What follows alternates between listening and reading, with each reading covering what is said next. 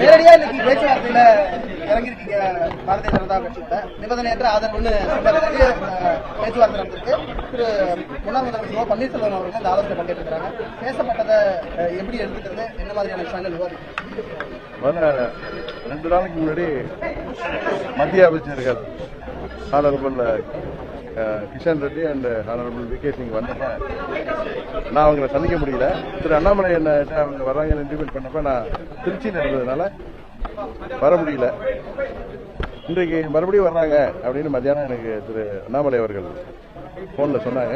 அதனால என்னுடைய மாயவரம் மீட்டிங் கூட திரு துணை பொதுச்செயலாளர் ரங்கசாமியை வச்சு நடத்த சொல்லிட்டு நான் அவங்கள பார்க்கணுங்கிறதுக்காக வந்தேன். அவங்கள சந்திச்சோம். தேர்தலை எப்படி எதிர்கொள்வது என்பதற்கு நாங்கள் எல்லாம் கலந்து ஆலோசனை நடத்தினோம். மற்றபடி தொகுதிகள் பற்றியெல்லாம் ஒரு உறுதியான முடிவுக்கு வந்த பிறகு நான் உங்கள்கிட்ட சொல்றேன்.